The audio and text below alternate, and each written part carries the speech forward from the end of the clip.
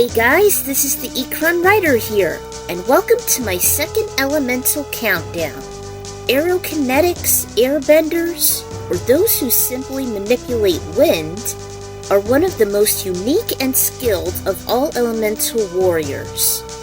Whether it be changing the impact of the weather, or as specific as tornadoes, typhoons, or hurricanes, they always create and control the world's patterns at the palms of their hands. They certainly do know how to use the winds of change. Over the next several months, I shall go over different elemental wielders I can think of, and aeromancers seem to be the easiest to tackle first.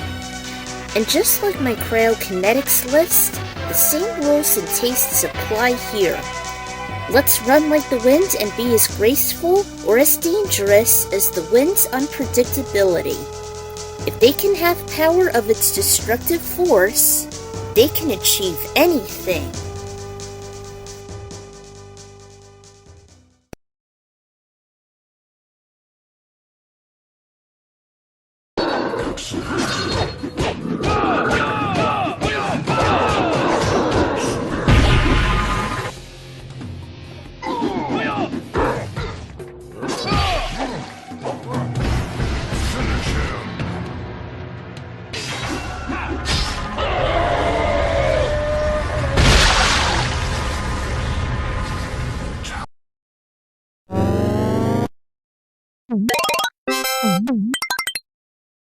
Let's start this list from the earliest Aeromancer I had encountered.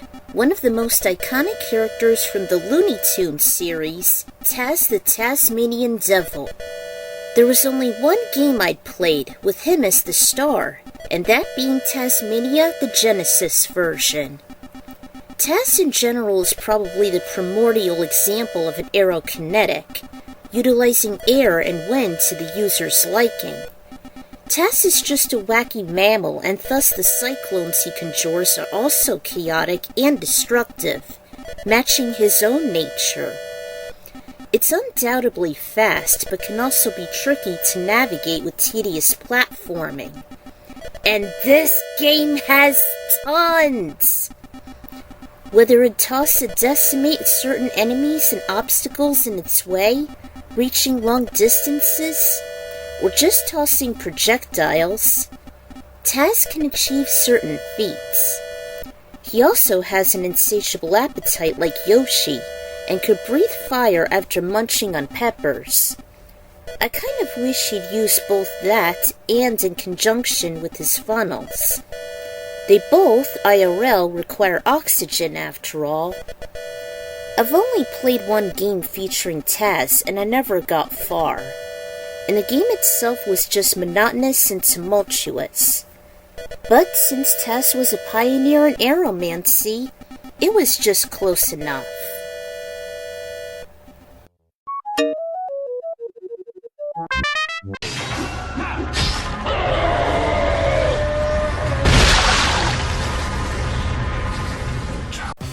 While I was scrounging for ideas on this list, I was lucky I encountered Crash Wreck of Cortex. This game featured the 4 elemental masks that he meets, and one of them was Lolo. It's been a long time since I mentioned Aku Aku, so this is a treat. Lolo is the elemental mask for Crunch to use, granting him aerokinesis and more notably electrokinesis.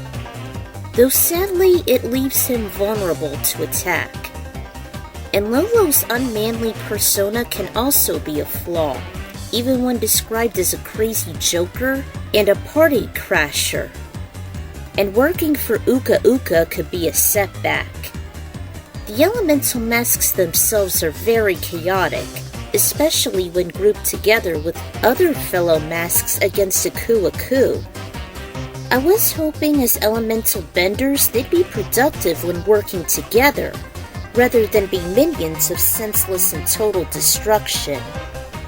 And I too am disappointed that Lolo's upgrade doesn't accomplish much. Still, I was glad I found something, and is a tad more interesting than Taz in terms on his origin, and that it's an upgrade for the debuting cyborg Crunch Bandicoot. Just like another certain Aerokinetic, I guess he's good for something.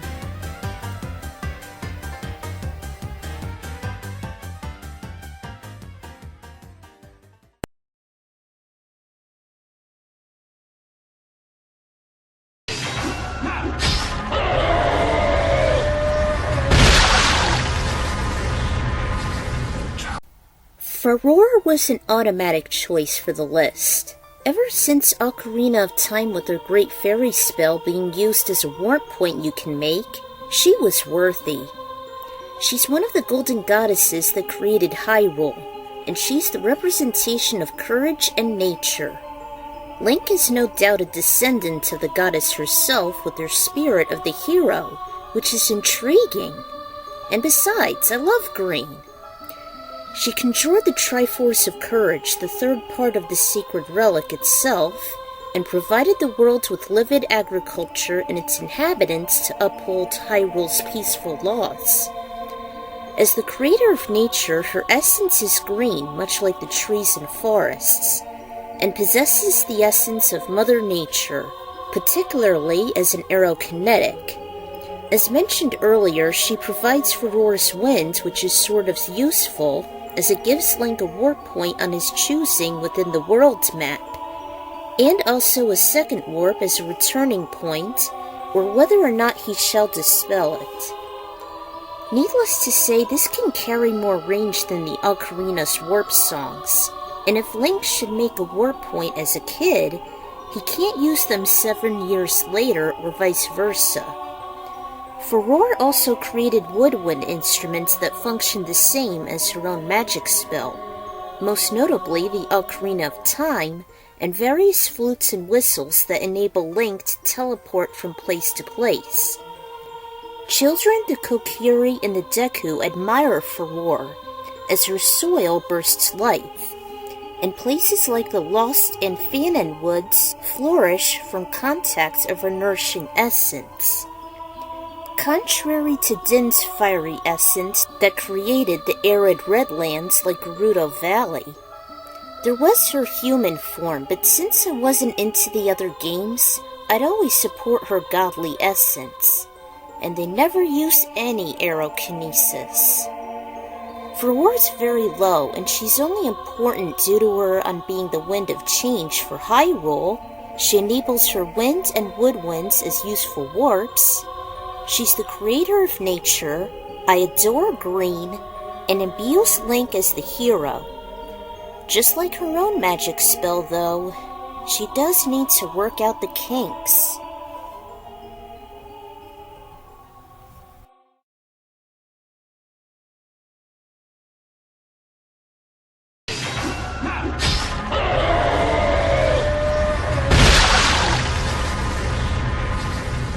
It's been a long time since I covered something from the Twisted Metal series, so how about another here?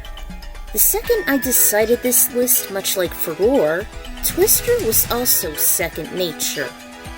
The stylized indie race car was ideal, especially with its dazzling appearance, its tremendous speed, it's driven by 2 women, it's debuted in my favorite game World Tour, and it possesses a decent tornado. The funnel and car are small, and speed is bitchin', much like its design. But with any petite, it can be fatal if mastered. Through its vortex, while temporary, it can catch many things. It undoubtedly tosses enemies violently around while also forcing them against other obstacles, whether picked up or stationary, causing hefty damage. It can also carry bullets if the driver possesses a machine gun and lets its bullets pierce opponents even more. Just as any whirlwind, it can be brief, but quick and deadly. There are actually some hindrances to this. It can be compared to Pikachu in Pokémon. It excels in speed as a race car, it's small and ferocious, but its defenses are terrible. Even worse, you'd best not be on steep and high buildings or cliffs.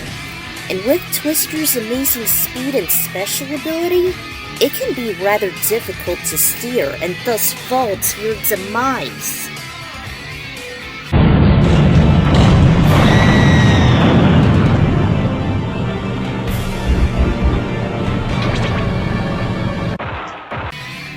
Due to its horrible shields and its funnel easily avoidable, Twister can be quite vulnerable to enemy onslaughts, or when interacting with the battlefield like crashing or fall damage. I was thinking it'd be my favorite car, but due to these flaws, I'm not so certain. Still, it's nice to have, especially since it's driven by two women, Miranda and her twin sister Amanda Watson. I just wish that there'd be a way to improve its Cyclone's velocity more, and its armor more durable rather than being a paper cup. But if an expert can utilize its whirlwind and speed well enough, then it can surely leave a path of destruction. If only it'd be made for F-Zero racing.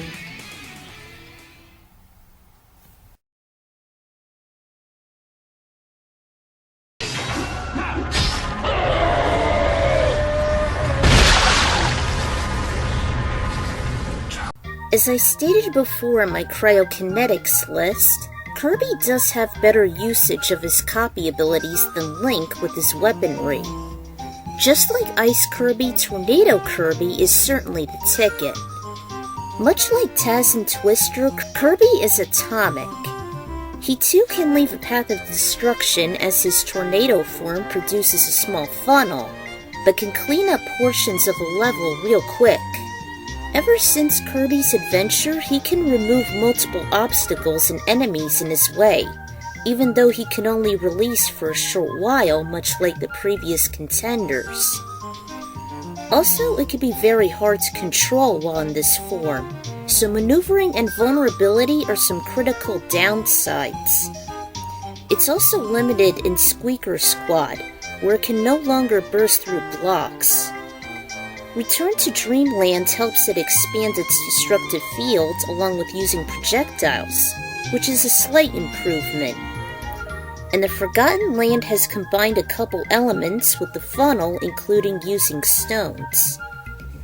While Tornado Kirby is useful, even though Meta Knight can produce the same with his, it has its limits. I wish it wasn't short-term with the Vortex, nor did it leave Kirby vulnerable to attacks and hazards, thus being low. At least it's slightly more helpful than Farore's Wind in an offensive standpoint.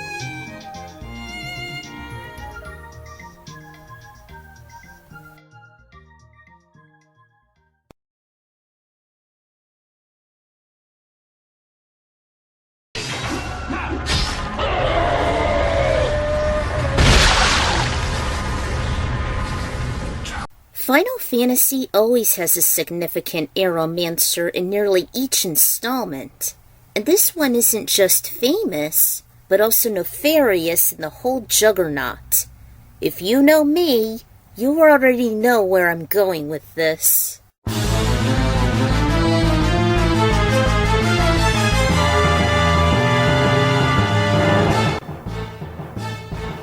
Oh God, I'm conflicted with her.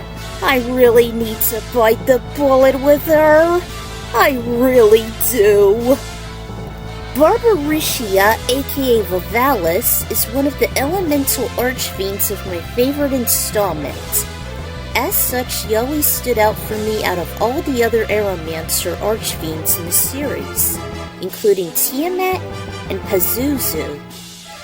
But as Golbez is Empress of Wind, and her being in the top 5, she's no doubt intimidating and fatal, much as tornadoes, hurricanes, or typhoons themselves. She's like the yin and yang here, manifesting both positive and negative traits. Look, I admire some aspects of her. She's a woman, and the only one in her group of archfiends. She's capable and holding her own in battle as it's 5 against 1, and is a very formidable opponent, and does it triple even in the after years. She's graceful much like the wind itself. She runs her own turf in the Tower of Zot, and has her own troops in the Magus Sisters. But there is one major part why she has a contrary ranking to Oscar. The main reason why Barbaricia is in 5th place instead of 1st is because she is an absolute bitch in the battlefield!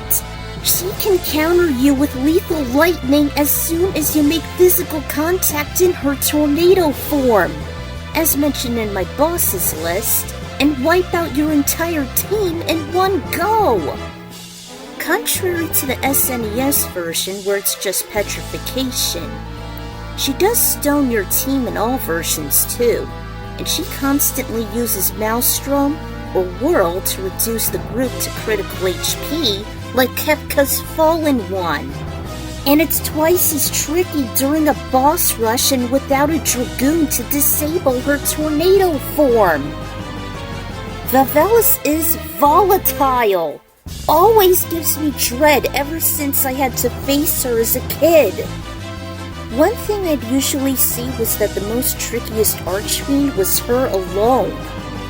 She will knock your socks off if you weren't leveled properly, and her own base of operations, with limited destinations beforehand as soon as you give the Epops the Earth Crystal, and endure powerful enemies, can make her incredibly difficult. Schizophrenic difficulty at its finest. Her abilities, finesse, and all her challenging preparations make her just as sinister as the beast of the Malabol she was named after. Just like with any and every wind crisis, as hostile as the circumstances, you must be prepared diligently for what's ahead.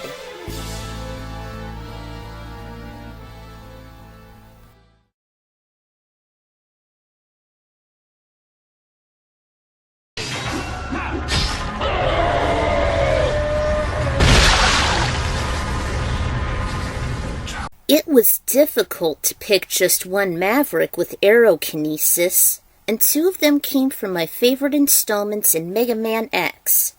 Storm Owl from X4 and Storm Eagle from X were the contenders. So after a little research, which one won? How about just like with my Cryokinetics, let's go with the debuting Maverick, Storm Eagle!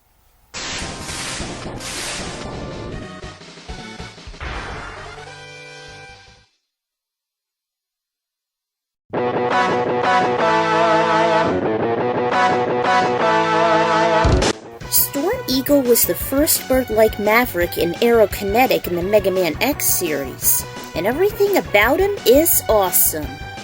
He was once the leader of the 7th Airborne Unit of the Maverick Hunters, until he was decimated by Sigma.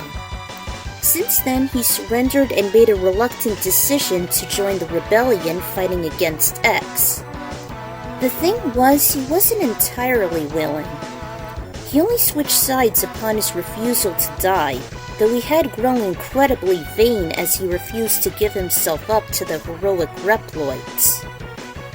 He takes control of the Death Regurner at the airport, which itself is an excellent stage, even listening to his catchy and nostalgic theme song. Also, he just seems a lot cooler as fast attacks go, and he seems to be more formidable than Storm Owl. With Cyber Peacock's ability, Storm Owl's a chump, but with Storm Eagle he can be encountered early, and he can still hold his own. Besides, his airport stage is a lot more interesting than Storm Owl's is. And Storm Owl's too proud for his own good since he's very resentful to X, after decimating Eagle. And Owl's quite the bully to one of my favorite Cryomancers, Chill Penguin. Storm Eagle seems more inspirational than his latter counterpart, and he was reluctant and forced to join Sigma. He has a striking concept and stage. He can summon his own kind to battle like Dark Dizzy, His attacks may only be a nuisance and cover a large range, and he's good for beginners. He is a force to be reckoned with, but he's a decent maverick, and he's just one example that aeromancers don't always have to be threatening in order to come out on top. Also, I love the Storm Tornado more than the Double Cyclone and Ether Rule, as it's more convenient and covers more ground. And he gets a second chance in Extreme as well. So yeah, in the end, Storm Eagle was proven to be the better Maverick than his foolish, underwhelming counterpart. The sky's the limit.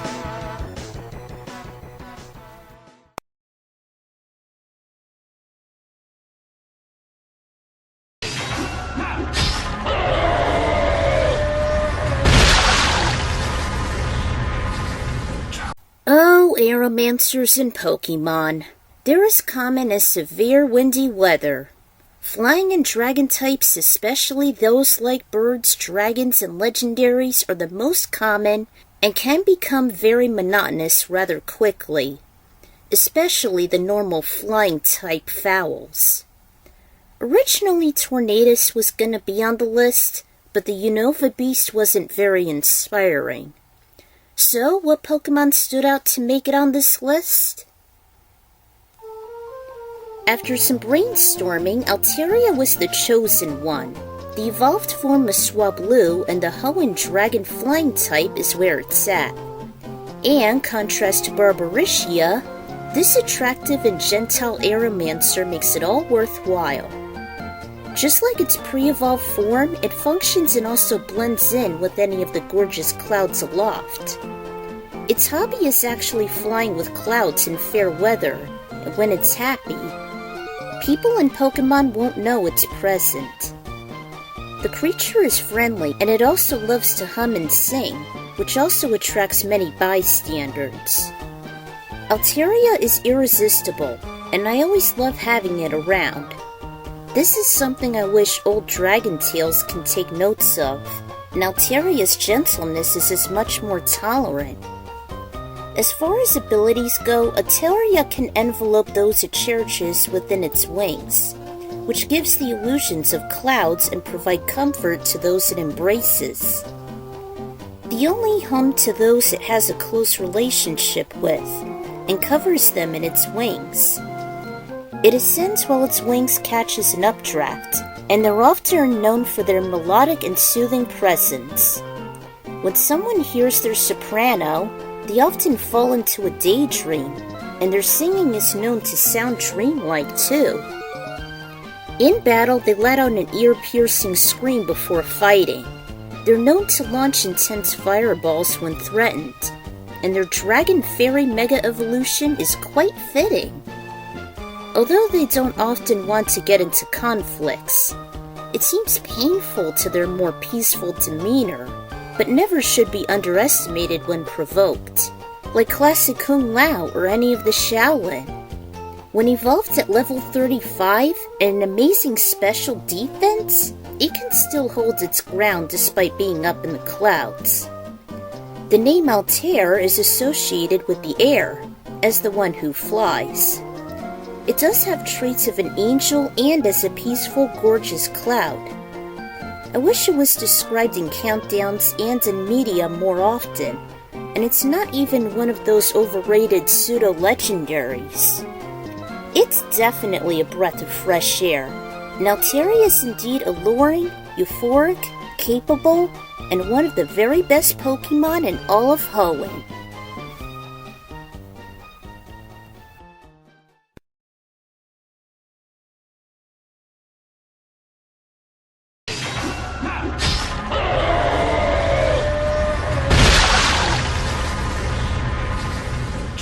There is absolutely no way I can possibly exclude Raiden's brother, the wind god of Earthrealm, Fujin. Maybe Katana shall take some pointers. As the main guardian's younger brother, he can get a little impetuous, but he is strong as a melee fighter and an aerokinetic. Hell, he and Raiden were the main survivors during the first war against Shinnok! And he was then anointed as one of the guardians within the Temple of Elements to defend intruders from Shinnok's own amulet. Sure, he was one of the 4 gods that failed against the ruthless assassin Bihan, and as a god I felt he held back against a mortal, which was just embarrassing. He stuck through most of the realm's wars, even during Armageddon, the Revenant invasion, and Shinnok's second revenge. We're even trapped in a void. Fujin is like the 3rd best and most devoted next to Raiden and Liu Kang. He was, after all, chosen by Raiden as his replacement once he was promoted to Elder God status, and for good reason. Despite how seasoned and valiant he is, his abilities are nothing to snuff about. Aside from using a plasma crossbow, great swords, and a Liu He fighting style, they always have that windy, violent effect like every other natural disaster. This is not just for show, nor just to make some dramatic entrance. His aerokinesis can be just as potent as his abilities in close combat.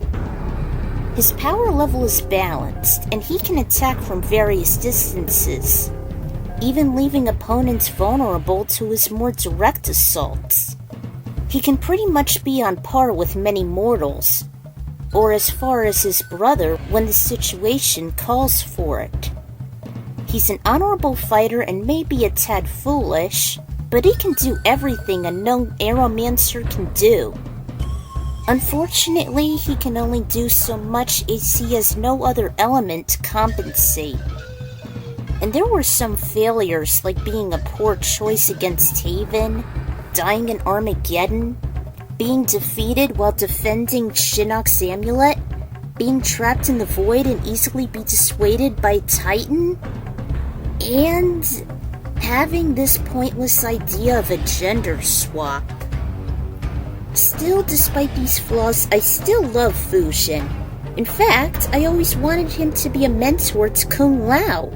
They're both talented martial artists and wield wind, to the point where I wish Fujin would be close mentor like Raiden is to Liu Kang as secondary defenders of Earthrealm. I'd see them as like Yoda training Luke Skywalker, and I've mentioned this a lot in my own fanfics. Why not even use inspiration and elements from the movie Twister? That is an excellent WB property. Do it, damn it! What are we waiting for? Take this! Overall, Fujin is always one of my top most favorite gods and aeromancers in video games. The brother of Raiden and aspiring defender had his name depraved from Japanese mythology as Fujin, meaning wind god and the eldest Shinto god. And Fujin's always associated with air, no matter where it comes up. Just like it, he's more than capable in combat. He's an inspirational hero, he has potential to be better as a mentor or warrior, and he's on par and just as famous as his elder brother. You don't fuck with Fujin.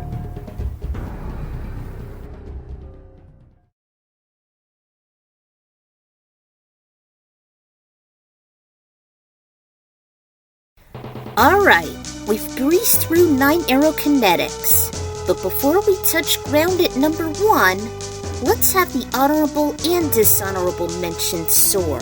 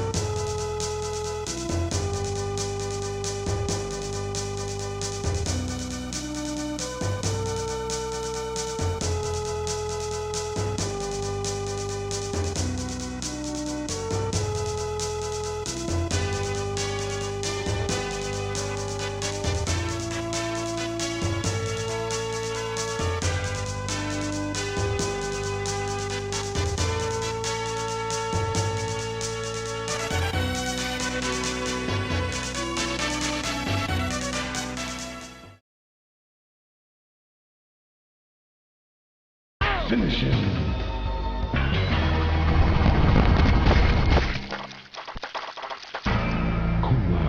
Wins.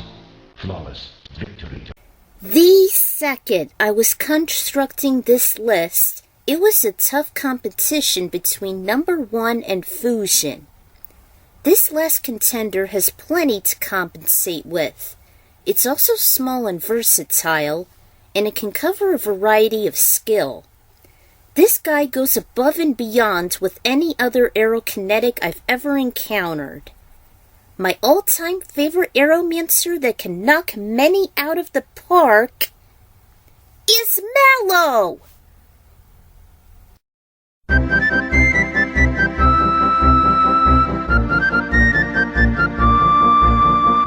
Mallow from Super Mario RPG. There was no denying it, especially since we recently got the remaster for the Switch. Mallow to me is the golden standard for all aerokinetics. The Petite Prince of Nimbus Land was raised by Queen and King Nimbus, and was soon lost and taken in by the tadpole monarch, Frog Sage. Growing up, he believed he was always a tadpole, and it was sort of a linchpin for me, due to his small stature, adaptability, and cuteness. He is Mario's first partner during the battle against Smithy, and he was met by him after his frog coin got stolen by Croco. He was enthralled by Mario's jumping, proving him to be the real deal, and he'd been a vital party member throughout the game. Mallow was definitely inspirational, both as an aerokinetic and as an elemental in general. He has been an instant favorite next to Geno and Bowser.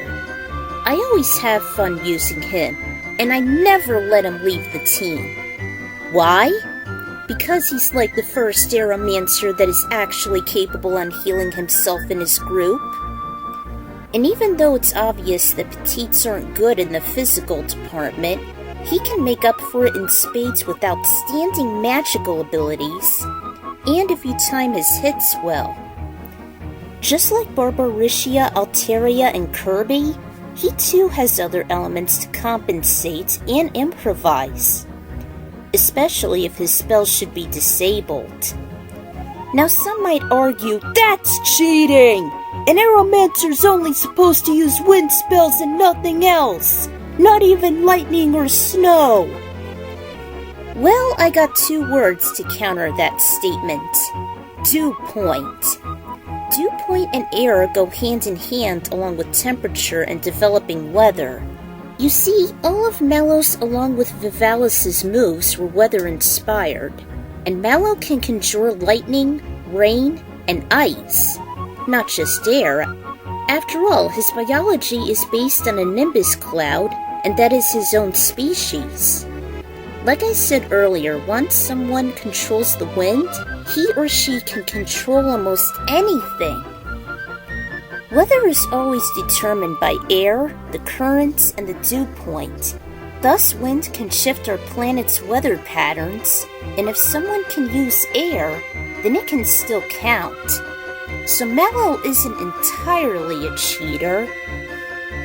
Also, I'd like to challenge the fact that Mallow can only function if he's in a group, and he's been bullied and eaten like a marshmallow. Well, just like any RPG, a character's a work in progress, to level up and develop. Mallow may have his depends, but he's certainly competent in battle on his own if mastered. Besides, have you seen any solo runs involving him, even in the remaster? Hell, he can assist the team while facing off dangerous bosses, including Smithy, his weapon henchmen, and especially the super boss Culex. And the best part? He's a petite, and he can be an absolute powerhouse. Even take out the biggest, baddest foes, whether by himself or with others. He can surpass any and every aerokinetic, and since there's the remaster, Maybe have him and Gino as potential fighters in Smash Bros. Plus, you don't always have to be the aggressor to be powerful. I'm the Ecron writer, and Mallow will always be my favorite Aerokinetic ever. I don't care about their status. I don't care about the numbers nor their stats. An elemental doesn't need celebrity praise nor competition to be the best. What matters is their potential and how inspirational they truly are, and Mallow most certainly delivers.